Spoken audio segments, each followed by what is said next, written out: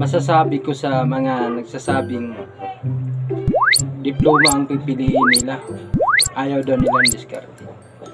Ano yung mga idol? Kung diploma lang ang gagamitin mo, wala kang diskarte, bobo ka, hindi ka asenso sa buhay. Pero kung pinagsabay mo yung diploma, diskarte, niniwala ako na yayaman ka talaga, kasi maraming mayaman na hindi lang diploma ang ginamit. Maraming yumaman na hindi lang diploma ang ginamit. Siyempre, yung mga yumaman na yan, palagay mo ba hindi nila din sinabayan ng diskarte? Siyempre may diskarte sila, kaya yumaman sila. Ako nga,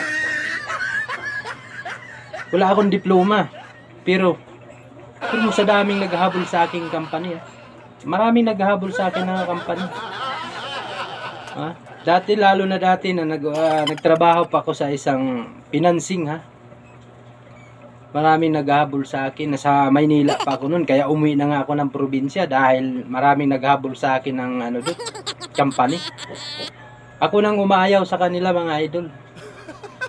Yung naghahabol sa akin, Maynilad, Meralco, Home Credit, tumatawag yan sila sa akin, mga idol.